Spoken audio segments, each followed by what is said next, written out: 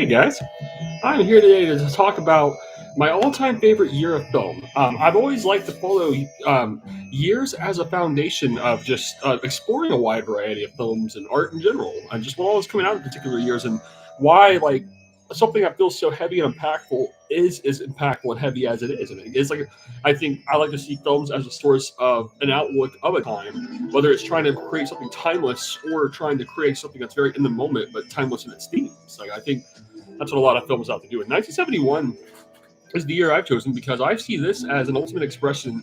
A lot of these films are just kind of taking on like different directors, and I think the theme of psychedelia was very strong in a lot of filmmakers. The conclusion of the '60s, seeing a dream come to a certain kind of a dead end, basically. So a lot of filmmakers were out to explore a lot of questions that they had built up, and there was just such a wide variety of ways of expressing a lot of this. Sometimes there's just raw intensity going to get extremely experimental and raw. Sometimes there's just a lot of evil living in a lot of these films, as well as a lot of, just intense thrillers, a lot of minimalism, a lot of friendliness, and romantic films as well, and just very philosophical. You feel like a lot of films are out to really change, and many of these are just so successful at just kind of mapping out a layer, endless layers that just turn out to be quite timeless in the end. So a lot of great stuff to discuss here. So I'm just going to kind of break down my top 20 of this year and just kind of what all of these films have kind of meant to me. In 1971, we have the film that actually won Best Picture. That's my number 20, The French Connection. This is a pretty great film. I mean, honestly, even if there's some I prefer this year, it's still a pretty great film. It just feels like it's very much like a great, amazing thriller of its time, which is quite timeless, actually, because it's really a great introduction for the director, William Friedkin. I mean, he's incredible. He went on to do amazing, even better stuff like Exorcist and Sorcerer. This is my third favorite film he did, because there's just such a good energy living inside of this the entire way through. There's just like this big murder that occurs, but it just kind of ends up just being this amazing action film. I mean, some of these chase sequences are truly timeless. I mean, Gene Hackman is Popeye Doyle. I mean, he's a great, kind of anti-hero type character who, it's like he kind of is very, very troubled himself, but he's just kind of eating all the bad guys, and he ends up kind of understanding them too well, in all of this. And it's like a lot of his past just keeps catching up to him, so he's a very haunted, disturbed character. So a great foundation for so many films in the 70s to come is laid out right here. You can feel a lot of influence, expanding this canvas to even further places. And I feel like it's just a great setting of New York City in the early 70s, all throughout featured here. All the acting here is really awesome. I mean, a lot of just raw edge living inside of it. Naturalistic acting. Roy Scheider's in this is great in this also. He would go on to be again in Sorcerer, but he's a great collaborator with Friedkin. But yeah, I really like a lot of this stuff here. I really love Fernando Rey in this also. Who's in some Luis Manuel stuff. He was great in this. I really like all that. Funny, I think Hackman actually won the Oscar, which is pretty well deserved. But I feel like this is a pretty exciting film overall. Definitely worth checking out. Even it kind of feels like a continuation of a lot of the great police procedural films of the time. But it's like the dark side, the gritty side of it, which is just really fascinating to explore. My 19th favorite film is The Beach of Orouet, and this is just an excellent film of simplicity. I saw just three girls just basically going on a trip to the beach and just having a good time meeting people along the way. And I love all these characters. Yeah, Joelle, Karine, and Caroline. They're all just kind of full of enthusiasm and just joy the entire way through, which makes this a really just happy film, I would say. There's a lot of joy and giggles living inside of this. And they end up just having good friendships along the way. They meet really cool people. And they just kind of get into just wonderful situations amongst this just kind of confusion in this new area. And it just really is a great expression of just freedom living in this time. I think there's newfound freedom coming out in so many filmmakers. That's kind of the basis of what makes all this so exciting. I mean, but it gives you something to think about. I mean, something very mischievous, but it feels like this is just such a really good experience all around. I mean, it's full of just comedic situations. And it just feels like there's a subtle tension lying over all of it as well, like something tragic of none of this will last forever. It's almost too good to be real in a lot of ways. I love these kind of films that go to the beach and kind of feel this way. It's really nice. Yeah, it's definitely worth checking out. It's pretty great. And Dennis Hopper made another great movie. I think he only had easier. He's a great director. I really do think he nailed perfectly bridge from the 60s to the 70s. He's almost like a walking personification of it, like 60s excess and how it affected the 70s. And yeah, I love the last movie. I mean, this is just really beautiful. That's the best way I can describe it. It feels like it's great, very non-linear piece that just is ultimately capturing something very simple ultimately, and it just makes sense the entire way through. It reminds me of something like Jean-Luc Godard would do, where you just feel like you're kind of just seeing experimental expression through just love and passion, with knowing that darkness could come around, living darkness and hovering over it. Something could come around at any moment and destroy this self-made paradise, which is very much a continuation of what he was doing with Easy Rider. It's really just a film about just finding it for yourself. It has a great soundtrack also. It seems like Hopper was very in tune with all the great music at the time, so he was in a lot of the pop, the psychedelic pop rock, a lot of through his expression. It's pretty awesome. I really love A Touch of Zen. This film honestly blew me away so much in the visual storytelling that I'm genuinely going to have to watch this again and have more substance to even say about it. But I'll tell you, this was one of the most visually top 20 greatest films I've ever seen. I mean, just the way that the themes are all honestly carried through this film, in particular plot, is just extremely engulfing, honestly. And I feel like there's just a lot that is it's getting a lot into just Buddhist practice and belief, and it really goes in depth with all these kind of themes, of just getting deep into a meditation within loss and sorrow, and basically just pulling your way through it as you get into battle. Just equipping yourself, what it is to equip yourself for battle, and kind of the quiet, looking at all the quiet moments in between the massive ones. I think this is one of the most perfectly paced I've ever seen in that regards. This is absolutely incredible. I'd like to rewatch this sometime. This one really took me by surprise. It's very unique. He had another film called Legend of the Mountain that also just blew me away. His director's name is King Hu. Yeah, he's a complete one-of-a-kind force, honestly, between these two films. They're genius masterpieces of the 70s. And they're very much kind of psychedelic expression of just almost like a Kurosawa film, but it's its own language entirely. It's taking a lot of that samurai epic, but again, looking at the small intimate moments of the characters and really breathing in, a lot of their interactions in between it. It's pretty incredible. Land of Silence and Darkness by Werner Herzog, and this is just a fantastic film that just gets into all these extended layers of people just being completely in their element, not judging anything, and just kind of completely being in the moment with other people.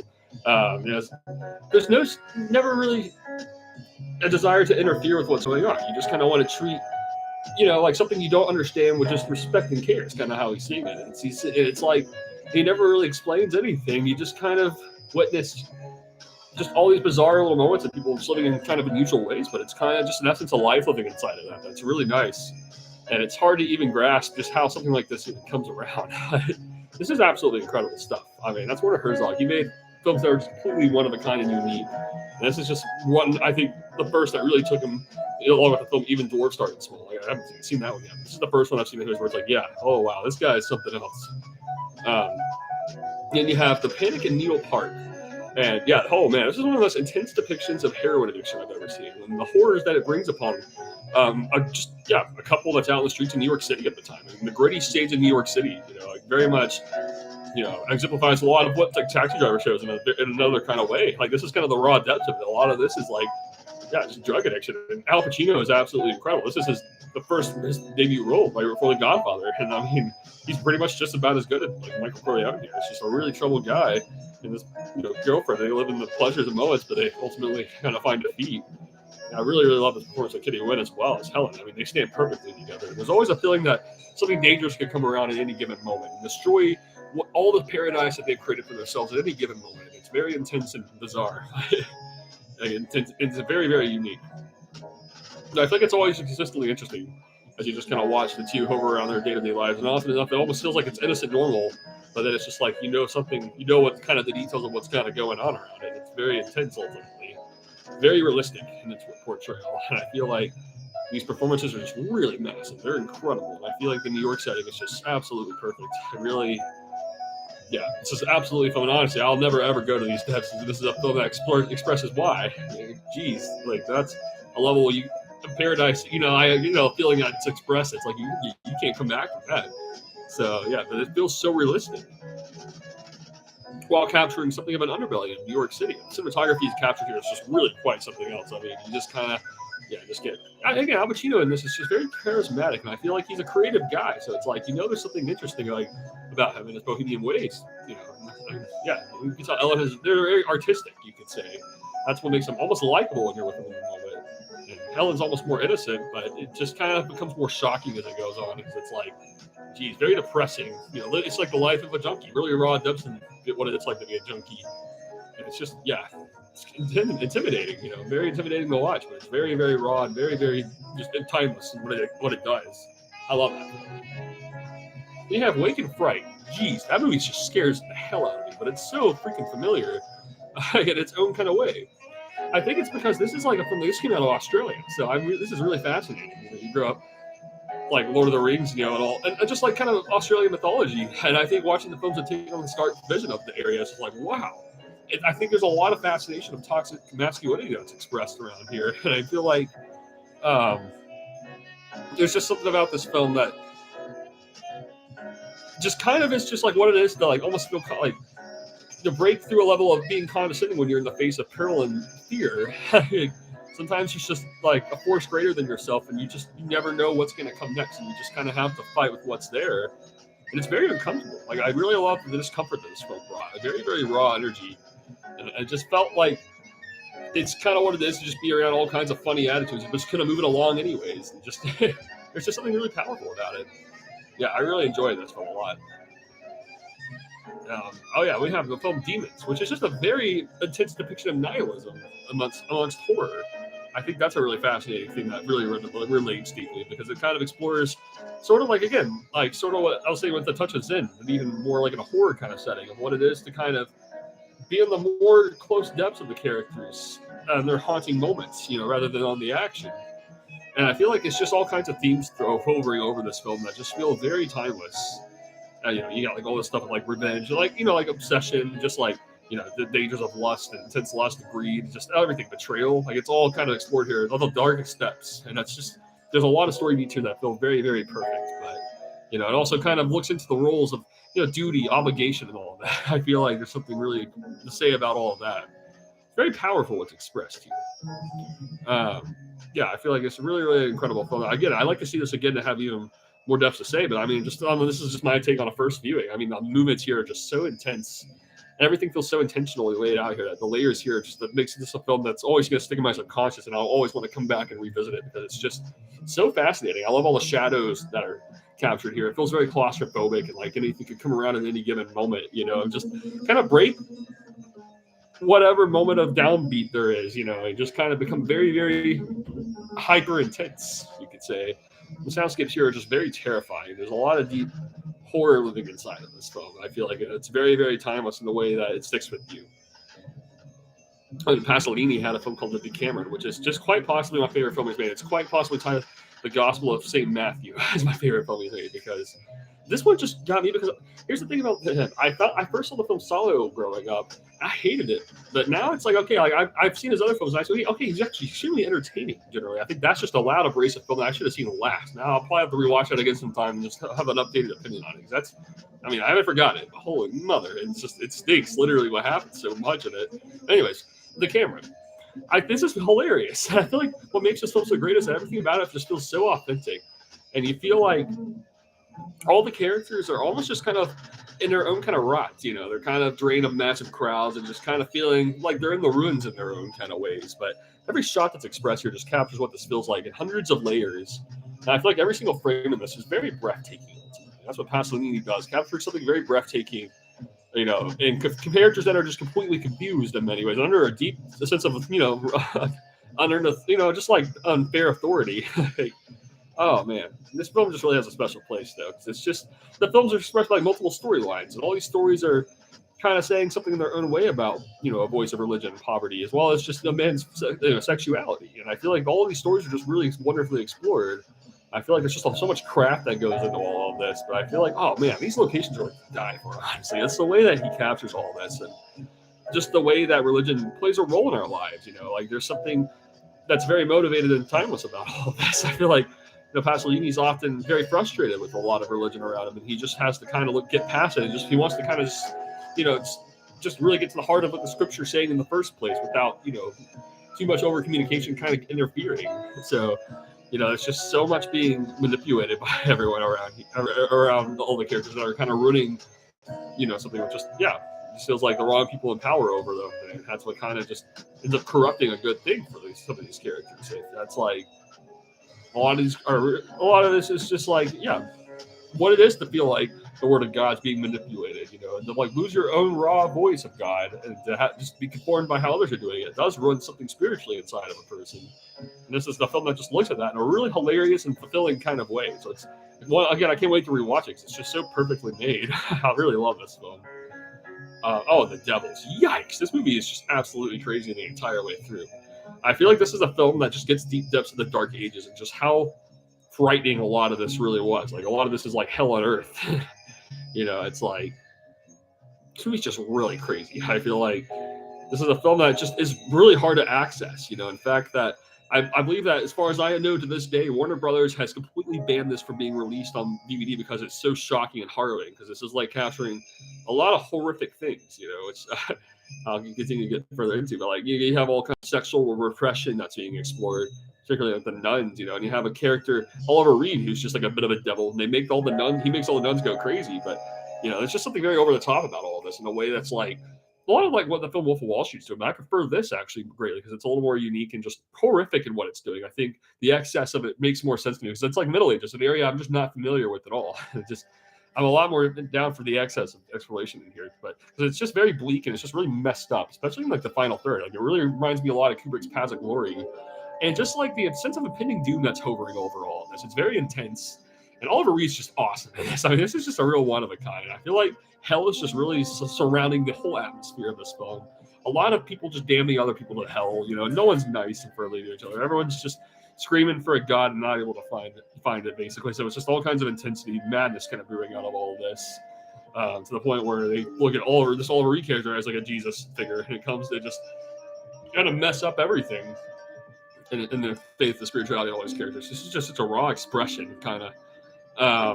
Just looking at like just the foundation of the flaws and the satire of just like kind of organized religion in general. Just getting straight. This is like the dark side of all that. I feel like, it's pretty amazing how raw this gets into all that, the horror of all of this. It's extremely bleak. And it's just extremely powerful the entire way through. I mean, this is a very raw depiction that shows just so much of just a lot of that, insanity, raw, pure insanity. It's very powerful. It's really, really unique, and I've just never seen a film quite like it. I mean, that's Ken Russell. Like, he was taking on something extremely experimental and unique in this film. It's really, really fascinating.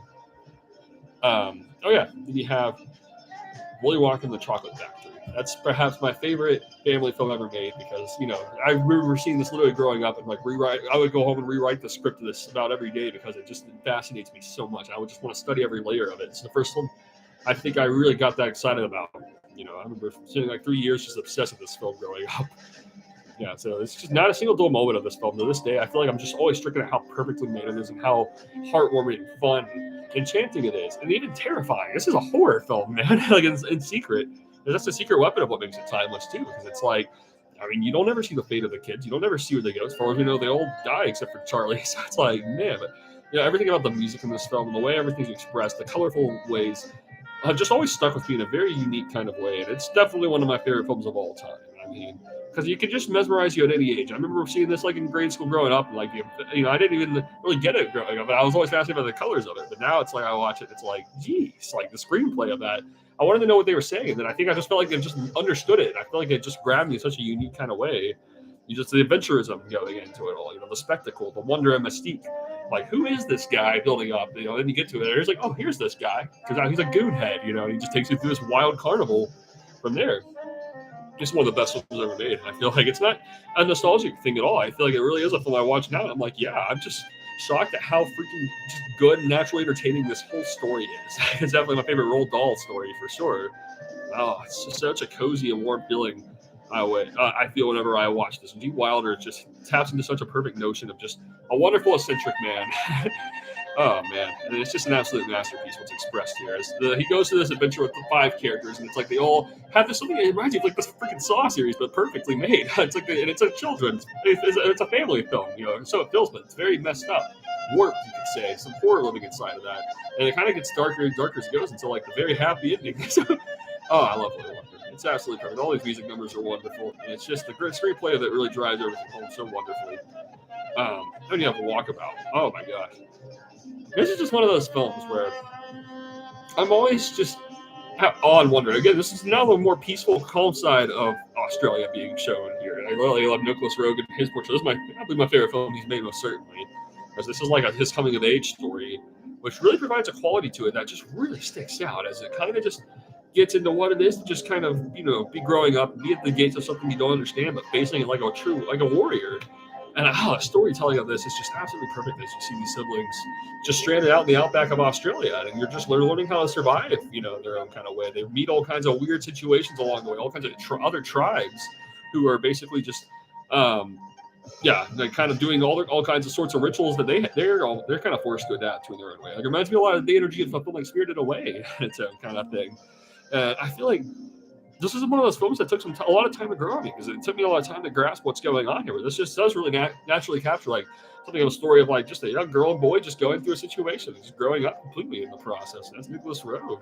I mean, the atmosphere in the imagery here is just so timeless and absolutely beautiful. I feel like there's just so many levels of just strength and weakness being portrayed, the balance of those two, and how a person kind of finds their own and evolves by meeting and knowing of those two forms within. And I really love all the facial expression details of facial expressions executed here. I think that's what makes Roeg a very unique director. He's a very, very big fan of close-ups of facial expression. That's definitely a huge drive I love for film. I come to see more and more. I'm looking ultimately at just people and their ways of interacting with each other, and I feel like that's certainly a theme that was hovering around a lot of these films this year, particularly. I love the cinematography here. Yeah, it's really a strong quality about it that just has such a great eye for detail while capturing a wonderful sense of environmentalism. And that really just builds a foundation that's just so massive. It's just like an intense love for photography just brought to film. You feel like you just feel that kind of energy in such a beautiful kind of way. Like a lot of the shots, again, feels like psychedelic in its own kind of vision. But this is like the raw, true sense where it's just like, wonder, searching and finding something, along the way. And it's like, the atmosphere here is just absolutely timeless. Absolutely love this. And you have The Immigrants. This is very, very underrated. This is director Jean Troell, and I feel like these films literally rank as some of Ingmar Bergman's all-time greatest films. And this is just one of the most beautiful portrayals I've ever seen of Europeans coming to America. This is just all kind of focused with very, very, just some of those beautiful visuals ever of just dreams of a better life as, a lot of strict competitions going on around everybody. There's just so much reality that's being interfered with all these wanderers and travelers. I feel like this is just extremely epic. Watching this in the sequel to New Land, which came out in 1972, an equally perfect film.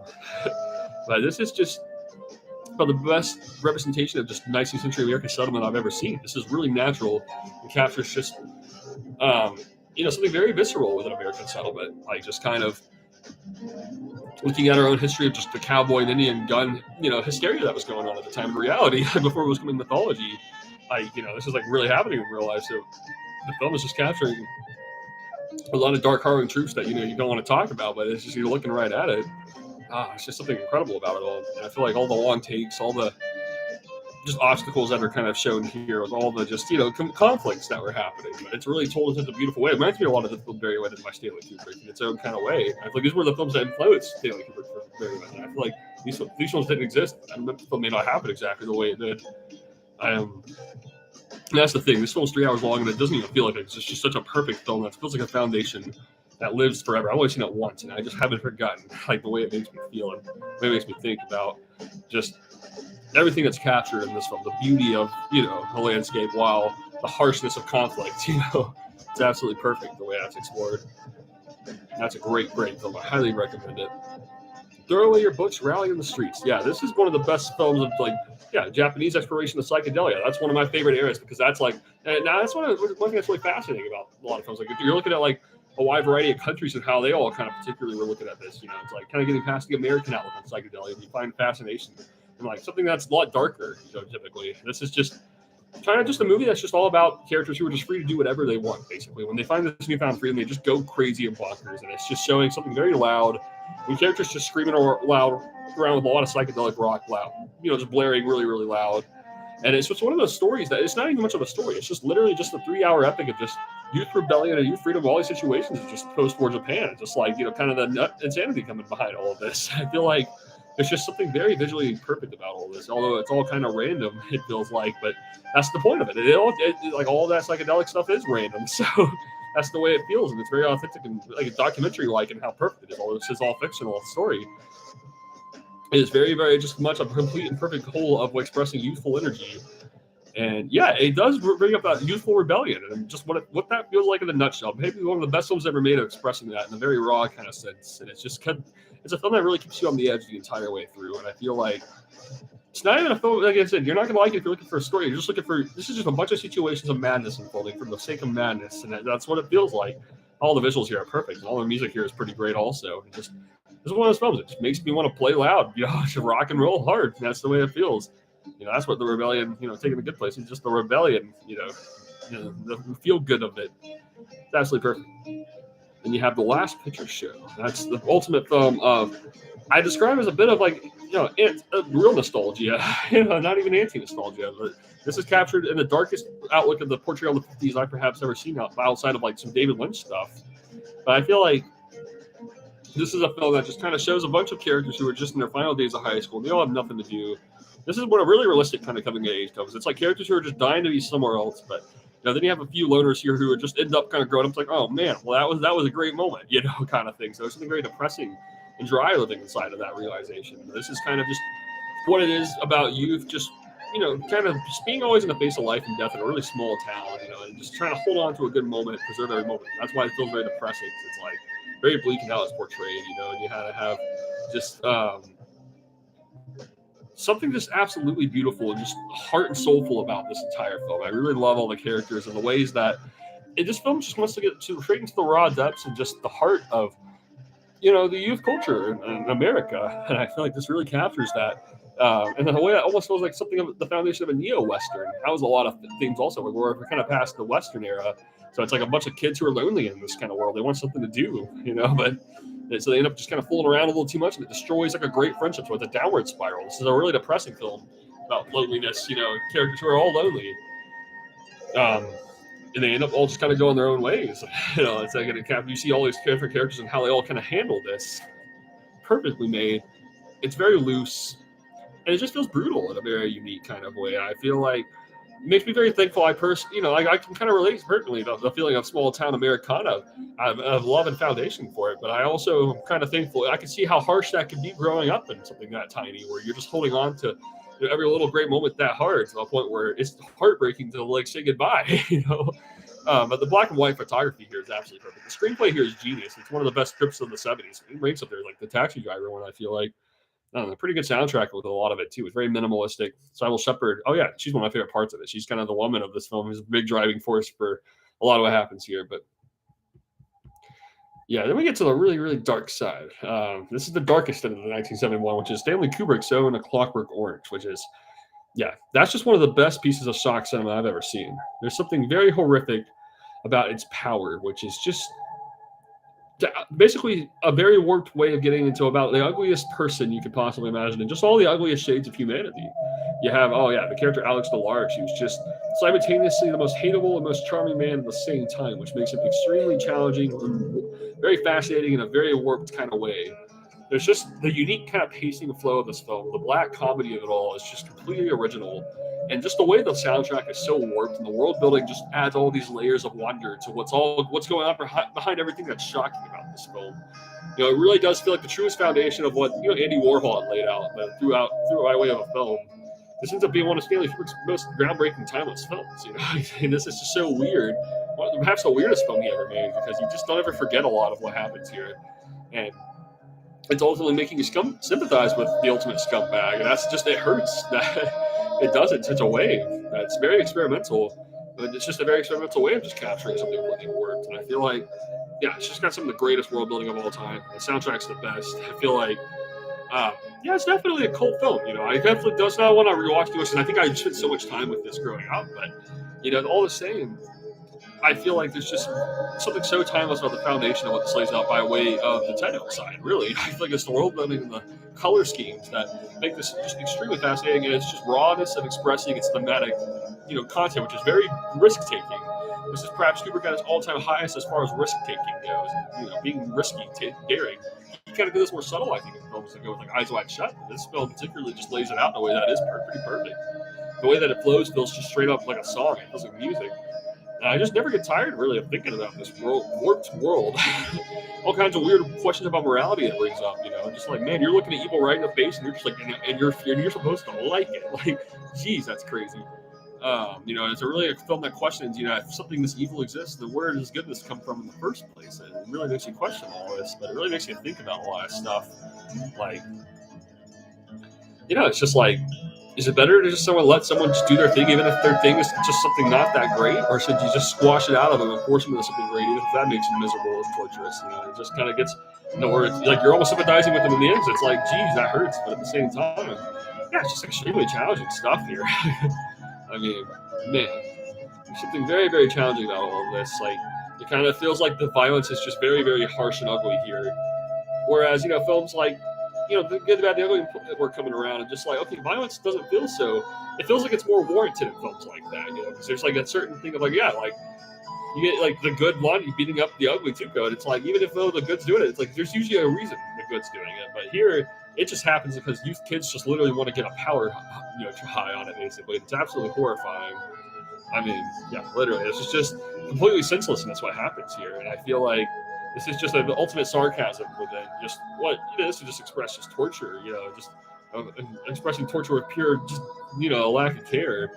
I mean, it's just really, really harsh and intense, but it's really, really a fantastic, all the same, of portraying a warped futuristic vision, of warped youth and just everything colorful around it, basically. It's almost capturing a weird thrill and excitement of it all, because you're just so far into this end. It's just really, really intense, but it's not recommended for everybody. But it's like, if danger is your kind of thing with film and exploring the depths of danger, this is certainly a film to check out. It's pretty unique. Yeah, Four Nights of a Dreamer. It's one of the most soothing films I've ever seen in my life. This is my favorite film of Robert Bresson, because it's capturing something that's very sad ultimately, and very low-key and ultimately dreamlike. You're seeing a very, very weird and lonely kind of artist. Someone who doesn't want to get too close to people at all. So it's like kind of how he builds his voice completely alone, but it's just kind of like a day in a life kind of vision of this guy. Just these situations he gets into. Like, sometimes it just feels completely resonating about the entire way through. In a lot of ways, the films like Paul Thomas Anderson's Punch Drunk Love, where something about me just feels very comforted, and I just feel better, whenever I see this kind of thing. So it's like, yeah, that's sort of how the way of functioning just makes sense, where I'm looking for the value of a friendship, and I just see getting a lot of time to influence that for my art, basically, and how I can move forward. This is a film that's looking very deeply at like what it is to find your identity and question that within art, like being a dreamer within all of that. There's all of this explored in a way that just feels like it's just looking at, almost just like a bit of a nihilism of communication in people. Almost being a stalker of women, like not really ever meeting someone too closely, but you fall in love, with certain kinds of people who've been your friend kind of thing, and you over-attach because you don't, you kind of done it your way for the most part, so that's just his journey. So it's like, you can let just moments happen like that. But he doesn't really acknowledge anything too deeply. Like, this is just kind of a man who's just always being honest about this mirror that's in front of him. And it's just kind of lingering around him just in his day to life. Just dreamy, like, living, it's idealistic, and it's okay to live like this. Is an expression I think that lives inside of it. Like there's something very empty, all people could judge this man for being a very empty kind of guy, but it's like, it makes sense for what he's doing for like his true vision, like a very slow paced outlook on life. And this is a very common and very good way for living it for an artistic type, particularly, especially if you're just obsessed with just making all this art that speaks directly to the soul, and you want to say it in your way. And this is how, this is almost like a behind the scenes kind of vision that's very raw and just hit me in a way that was just like, yeah, it felt life changing to watch all this in the way that Bresson intended. It's so beautiful. And it just has good energy living in this film all throughout. And I feel like it's about as perfect as a film gets. It feels very dreamlike, and I feel like there's just something of a timeless, just pondering about what it is to be a dreamer in this time, and any time really. But yeah, it's one of the most beautiful films ever made. It's one of the most perfect films ever made. I absolutely it lives in my soul eternally for what it does. Absolutely incredible stuff here. One of my all-time favorite films is Robert Altman's McCabe and Mrs. Miller. This is like a very haunting Western. This basically gets right past, even more than the Sergio Leone films, of just breaking down mythology in the Western genre.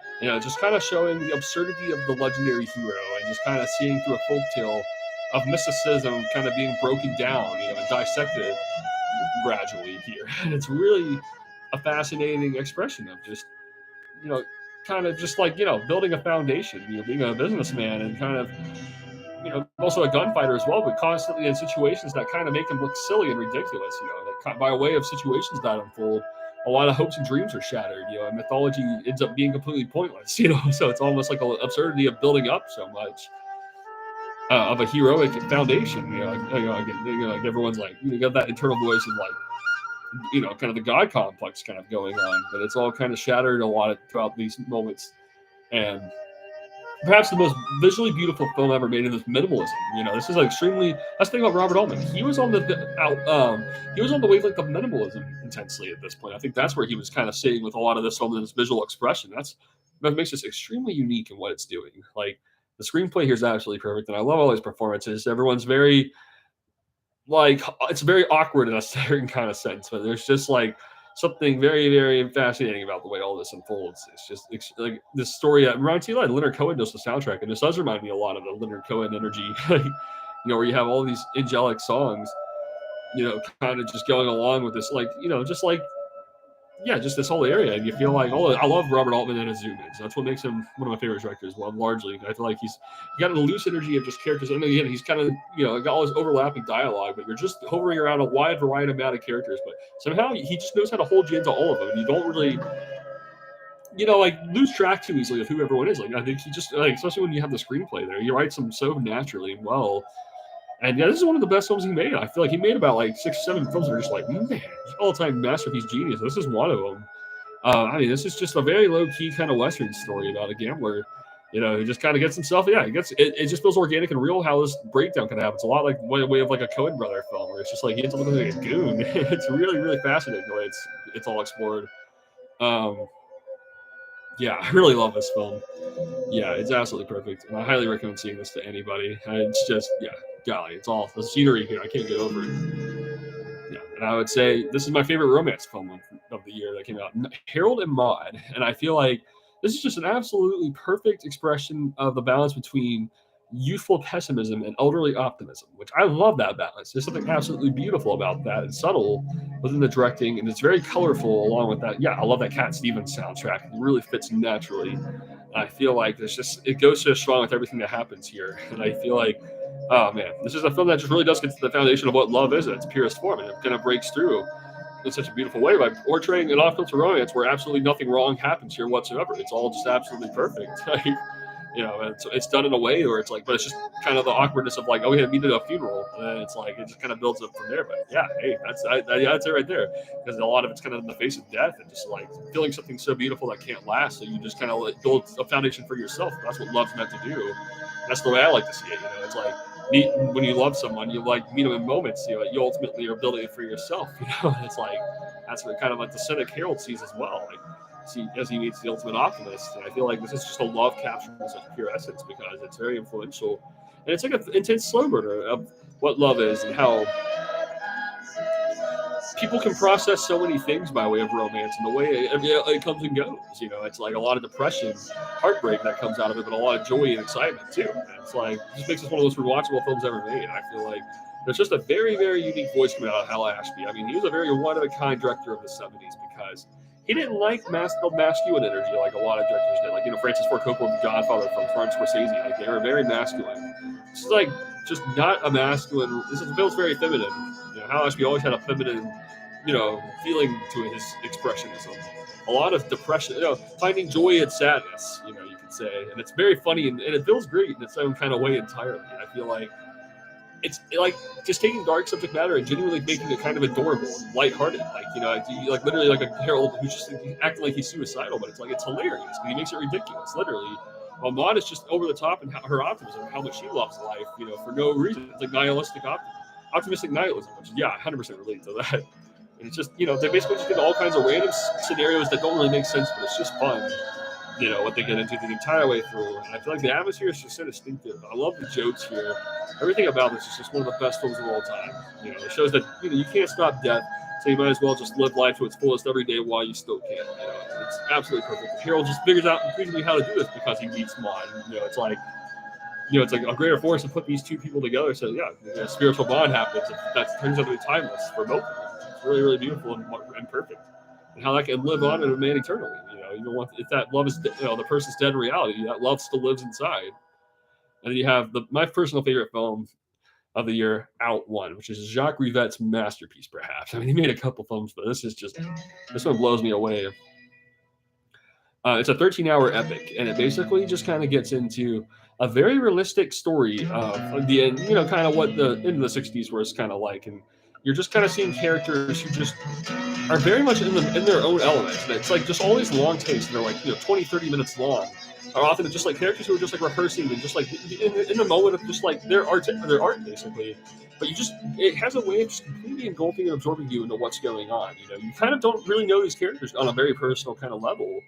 You just kind of end up watching just something very strange happening with all these individuals. There's just like all these mysterious kind of situations happening, and somehow it's just extremely fascinating. And then it's just, you can almost say over the top, like colorful idealism that's expressed, but it's very grounded.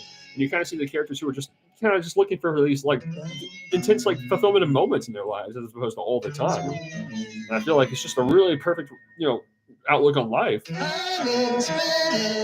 where there's almost too many distractions for the dreamer to be happy eternally. There's always going to be a depression that lives in a striving artist. And this is kind of a film that just expresses all that in a very deep kind of way. I love it. All these stories that go on with all these characters. And there's so much to take in that I just have to watch more. But I'm ultimately more mystified by this film perhaps than the other outside of 2001: Space Odyssey, honestly. I mean, because this is like a 13-hour epic. Every moment of it just feels like it's worth something. Like I wouldn't cut any of this down, honestly. I feel like it reminds me a lot of the film The Master by Paul Thomas Anderson. There's like a real improvisational energy going into it. But the outline of all this is just so well presented. I feel like Rivette just kind of ultimately expresses what freedom feels like by giving all the characters free range to do what they want and doing it in such a colorful, complete way that it just feels like a picture that lives in your subconscious eternally. And it's just translated to some of the most natural, believable things I've ever seen, to a point where it feels like almost like it should be a documentary because it's so real. It's just very exciting. It's just one of those things you got to see it for yourself. Honestly, it's just so unique to what it does here. I feel like I have to sit down and just rewatch some scenes here. It's like, wow, I'm just so fascinated by everything happening. It's hitting right in my soul and spirit. Tapping into my subconscious a way of just timeless painting. It washes over you into something that's ultimately magic, and it feels like a magical expression of changing times. So looking at something that's impersonal but ends up being complete to you, and the way you share it with others, it can be complete also. But it's like that freedom. It's just the ultimate voice and everything about what freedom stands for, what freedom is. It's just endlessly fascinating the entire way through it. It can almost be a challenging film if you're looking for something that's very intense. But I think I love how just like intimate it all feels. It's just capturing small moments in between big ones, and it's just so unique and original that there's just nothing you can compare it to. This is just completely its own entity entirely. And it's just like every hour, it just feels like it's just getting a little bit like just darker by way of being more and more impersonal. You feel like a love and connection that's happening so much in the earlier parts. As the film goes on, you just feel like as you're spending time together, there's just something more dry and impersonal about it all. It's just not. You almost just like a desire for distance is what was living all everyone. It's just like the old foundation of friendship was kind of fading away. And that's what kind of happened a lot here. It's absolutely perfect. I just highly recommend this film to anyone. So that's 1971. What a year. I mean, that's literally just 20 films right there. Even more films I need to see, honestly. Those are the ones I've seen. Those are the 20 that hit me the most. So, yeah, 1971.